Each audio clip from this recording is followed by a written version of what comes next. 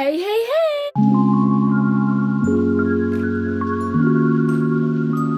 On se retrouve aujourd'hui dans une nouvelle vidéo. Nous sommes à la fin du mois de février et qui dit fin du mois de février dit fin de l'hiver.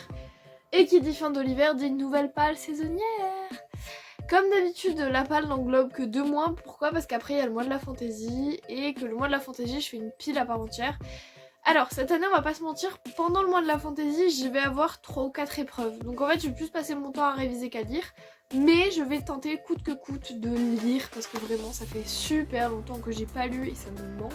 Mais bref, passons. Donc cette pile à lire sera ma pile à lire du printemps. Donc sur mars et avril, sachant qu'en avril je serai en vacances. Donc ça va me permettre de lire un petit peu en plus d'avancer dans mes travaux pour le bac. Et je vous propose qu'on démarre tout de suite et que je ne fasse pas durer le suspense plus longtemps.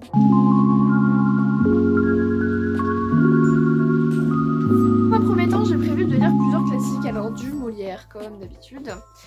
Le premier, je me suis mis dans ma palle Le médecin volant et L'amour médecin, donc qui est dans un seul et même livre, donc voilà, de Molière. Hein. Chez Librio, j'aime beaucoup les livres Librio, vous allez voir j'en ai plusieurs parce qu'ils sont qu'à 2 € et ils sont d'une très bonne qualité, donc voilà.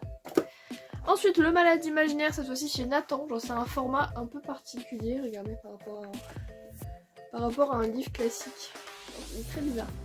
Le malade imaginaire. Alors, Le malade imaginaire, je l'ai quelque part chez moi parce que je l'ai étudié en 5e. Mais il doit être bouffé par les rats depuis le temps qu'il est au fond de ma cave. Parce qu'en fait, les livres avant de cours.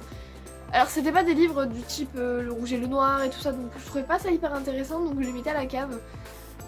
Maintenant, tous mes livres de cours, j'ai lu beaucoup de trucs comme Annie Ernaux, Freud et tout ça, je les garde. Parce que maintenant, je suis tournée vers du littéraire. Avant, je voulais faire quoi? Je sais même pas si j'avais une idée précise en tête. Si, je voulais faire veto. Donc moi, le littéraire, ça me concernait pas du tout. Puis, courant 4e, quand j'ai recommencé à lire de manière récurrente, là, vraiment, la littérature a commencé à m'intéresser très fortement. Et maintenant, je suis dans ma folie de la littérature. Enfin, Le bon gentilhomme, toujours de Molière, toujours chez Librio. Voilà, alors je l'ai déjà lu, ça fait aussi très longtemps, mais j'avais bien aimé de ce que je me souviens. Du coup là je l'ai carrément acheté pour l'avoir chez moi. Ensuite, de ce que j'appellerais classique, même si en soi c'en est un mais pas trop, j'ai acheté, et du coup je vais lire, Mort sur le Nil d'Agatha Christie chez Le Livre de Poche. Donc voilà, parce qu'ils ont fait le film, du coup ils ont fait le livre avec la couverture. Je l'ai acheté tout récemment là, donc vous le verrez dans le prochain book haul, mais voilà, le fait qu'ils sortent le film, ça m'a vachement intriguée. Je voulais pas voir le film, je voulais d'abord lire le livre. Donc voilà, j'ai vu aussi qu'ils avaient Le crime de l'Orient Express, donc je pense que la prochaine fois je prendrai ça. Parce qu'ils étaient 10, ils m'intéressent très peu, je sais pas pourquoi, c'est un des livres qui m'intéresse très peu. Alors que Mort sur le Nil, je sais pas, bon, ça se passe en Égypte, donc moi, l'Égypte, j'adore ça. En plus, Hercule Poirot, je regarde ça quand j'étais petite avec ma maman, donc voilà. Je me suis pris Mort sur le Nil de Agatha Christie et je vais le lire au printemps. Ensuite, ma lecture en cours, j'ai lu 40 pages, c'est le tome 1 de La Reine du Tierling, donc Reine de Cendre de Erika Johansen, et moi je l'ai chez J'ai lu, parce que JC Lattès, ils sont bien mignons, mais bon, 25 balles un livre, voilà. Lui il est à 9 €, c'est très bien, en plus il est vraiment très joli, avec toute la tête de la reine. Et j'ai lu 40 pages, en gros c'est une fille qui s'appelle Kelsea, en fait elle a été élevée par un couple de paysans parce qu'elle est destinée à devenir la prochaine reine du royaume, sauf que bien sûr il y avait plein de complots au-dessus de sa gueule et voilà, on est en train de la suivre. Elle a été rappelée en fait pour revenir au royaume et devenir reine en fait tout simplement. Donc voilà, je suis dedans, alors je suis dedans, tout est relatif. J'espère pouvoir avancer très vite. Mais du coup voilà, j'aimerais lire Reine de Cendre, le tome 1. Ensuite, pour moi, printemps, ça rime avec joie, bonne humeur. Et du coup, j'ai décidé de lire Presque adulte de Luan Mancho chez First Edition. C'était un livre que j'avais ramené du salon du livre à côté de chez moi, donc qui est dédicacé. Et j'attendais le bon moment pour le lire parce qu'au mois de novembre, on va pas se mentir, t'as pas trop envie de lire ça. Là, il est tout coloré, il est hyper vivant, genre vraiment.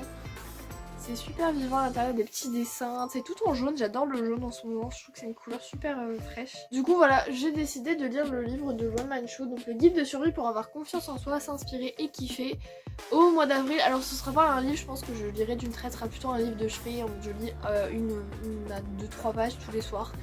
Mais voilà, je l'ai mis dans ma petite pile à lire. Nous avons 2 petites Jane Austen, donc Raison et Sentiment et Orgueil et Préjugés, donc de Jane Austen. C'est chez... je sais pas qui c'est. C'est Hauteville. Je sais pas du tout si c'est un dérivé de Bragelonne, donc là, les éditions Hauteville comme Milady, c'est un dérivé de Bragelonne, mais c'est pour ça que j'ai ouvert le livre et j'ai fait on dirait du Milady le truc, c'est pour ça, c'est Bragelonne, Milady et il en manque un, j'ai oublié, bon bref, et Hauteville du coup, mais il y a Bragelonne, Milady, il n'y a pas Addictive aussi, bon bref, c'est un groupe en gros que détient Bragelonne, je sais plus, j'ai un doute, pas Addictive, non Addictive ils sont indépendants. Je crois que c'est un truc que je lis pas donc je peux pas le savoir. Mais du coup est-ce qu'on peut en parler? Donc déjà le premier vert, sachant que mon obsession pour le vert du moment. Et le deuxième, violet et rose, absolument incroyable avec bien sûr des dorures sur les yeux. Alors il faut savoir que Raison et Sentiment je l'ai déjà vu en film. Pas l'adaptation avec Alan Rickman et tout.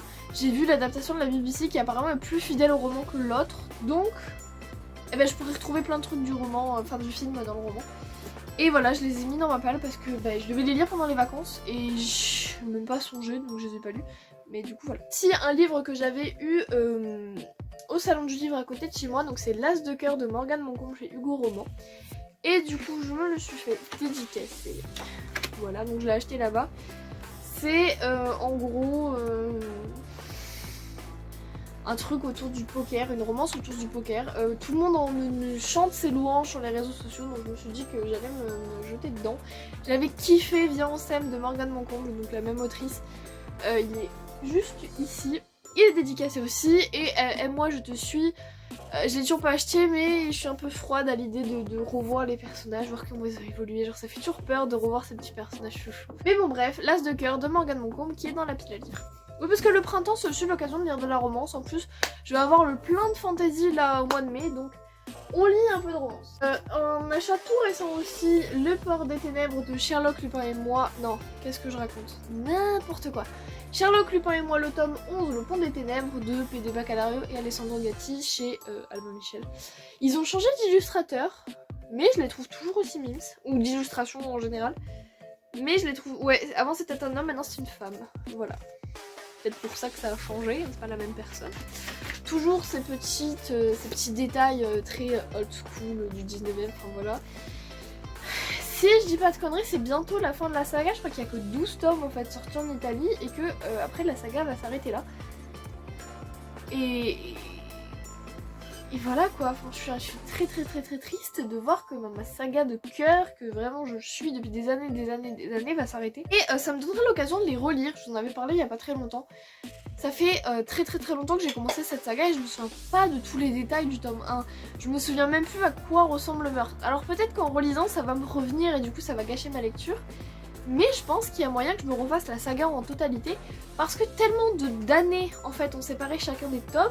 C'est super dur de se retrouver du tome 1 au tome 12. Alors il y en a certains, j'entrevois un petit peu qu'est-ce qui se passe. Mais même la personne qui a commis le crime, je ne vois pas qui c'est, je ne sais plus qui c'est. Après, comme je vous l'ai dit, peut-être que dès que je vais rentrer dans l'histoire, ça va me revenir. Mais je vois les 3/4 des meurtres, des affaires en général, je ne vois même plus qui c'est. Donc il faudrait que je me fasse ça genre un par mois, et s'il y en a 12, ça fait 1 an. Et comme ça, je pourrais réussir enfin à mettre le fil. Alors le fil, bien sûr, on suit toujours les mêmes personnages qui sont Irène, Sherlock et Lupin. Mais il me faut quand même cette trame en fait autour des histoires, donc je pense que je vais me refaire la saga quand j'aurai fini la saga, parce que pour l'instant j'ai que le tome 11, j'ai pas encore le 12, mais bon vu qu'il est sorti, bah... voilà. Bon bref, tout ça pour vous dire que je vais lire le tome 11 quoi. Le dernier aussi, c'est une toute dernière sortie, que je... sortie, non, peut-être pas sortie, mais un tout dernier achat. Pourquoi tu me fixes toi là-haut, je te vois avec tes petits yeux? Donc, il s'agit de Il faut sauver Molière de Nathalie Sommer chez Didier Jeunesse. Je la trouve trop mime sa couverture avec la grosse robe jaune, là, ça fait joli. En gros, bon, vous avez des petites illustrations genre de la chaise. Si je dis pas de conneries, c'est la chaise où est décédé Molière quand il jouait le médecin malgré lui. Le malade imaginaire. J'ai quoi avec le médecin malgré lui? Genre j'ai tout le temps envie de le lire alors que c'est pas ça. En gros, c'est un petit garçon qui va être embauché comme comédien pour Molière, sauf que des gens vont essayer de lui dissuader en disant fais gaffe, sinon ça va mal se passer. Et avec la fille de Molière, la fille de Molière, ils vont tenter de résoudre cette énigme. Et voilà, ça va être une petite saga à Versailles, si on peut dire. Voilà, à Versailles, oui, à Versailles, c'est plus. Voilà. Et bien écoutez, nous avons fini ici pour ma palle. Alors il faut savoir que il y a...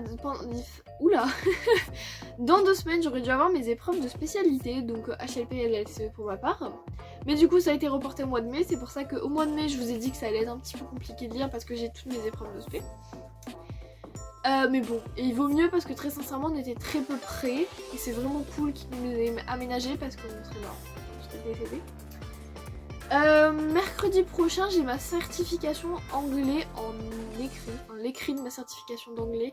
Je me suis inscrite au Cambridge Test et vu que je suis en littérature anglaise, et ben, au lieu de payer 100 €, je paye rien, donc c'est l'occasion. Et puis s'ils me disent que j'ai que B1, même si ça m'étonnerait quand même, hein, j'ai pas fait 2 ans d'anglais, 8 heures par semaine pour avoir que B1, hein, on va pas se mentir, ça me foutrait le seum intersidéral. Enfin ouais, 7 heures l'année dernière, 8 heures cette année. J'ai pas fait tout ça pour avoir que B1, hein, voilà, au moins un petit B2 quand même. Non, parce que faut pas déconner, je trouve que je parle quand même relativement bien anglais. Là, je passe l'écrit de 8h30 à 13h, donc j'aurai toute l'après-midi pour moi après, mais là, les jours qui vont venir, ça va être compliqué. Samedi, je suis pas chez moi, le matin, je suis en porte ouverte, et l'après-midi, je suis pas chez moi. Le week-end prochain non plus, enfin bref. Même au niveau du travail, rien que le travail, ça va être super compliqué. Mais bon, on va tenir, on va le faire jusqu'au mois de juin, voire même juillet, parce que vu que je suis dans la fin de l'alphabet, mon grand oral, je vais le passer le 8 juillet, comme d'hab. L'année dernière, c'était le 1er juillet, j'étais la dernière passage de l'oral du bac de français. J'étais à bout, vraiment, on s'est tous regardés avec les S, les V, les machins, on était en mode super, merci. Sur ce, je vous dis à très bientôt, je vous souhaite de passer de très bonnes lectures, de très bonnes révisions, s'il y en a qui sont en partiel ou en examen. Je vous fais plein de bisous et je vous dis à très bientôt. Ciao.